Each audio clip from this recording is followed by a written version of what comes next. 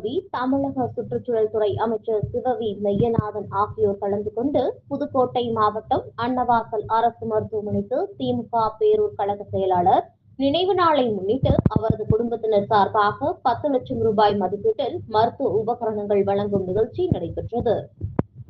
புதுக்கோட்டை மாவட்டம் அன்னவாசல் திமுக பேரூர் கழக செயலாளராக பல வருடங்களாக பணியாற்றிய அக்பர் அலி என்பவரின் 1ஆம் ஆண்டு நினைவு நாளை முன்னிட்டு அவரது குடும்பத்தினர் MSA ரிஷா அகமது மற்றும் MSA குடும்பத்தார்கள் சார்பாக அன்னவாசல் அரசு மருத்துவமனைக்கு CT ஸ்கேன், எக்ஸ்ரே மிஷின், ரத்த பரிசோதனை கருவி, ECG உள்ளிட்ட 10 லட்சம் ரூபாய் மதிப்பிலான மருத்துவ உபகரணங்கள் வழங்கும் நிகழ்ச்சி நடைபெற்றது.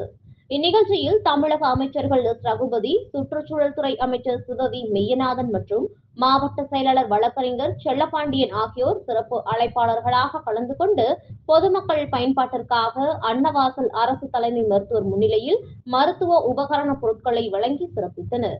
அதற்கு முன்பாக அன்னவாசல் பேருந்து நிலையம் அருகில் அக்பர் அலி உருவப்படத்திற்கு அமைச்சர்கள், மாவட்ட செயலர், ஒன்றிய செயலாளர் உள்ளிட்ட கட்சி பிரதிநிதிகள் மலர் தூவி அஞ்சலி செலுத்தினார்கள்.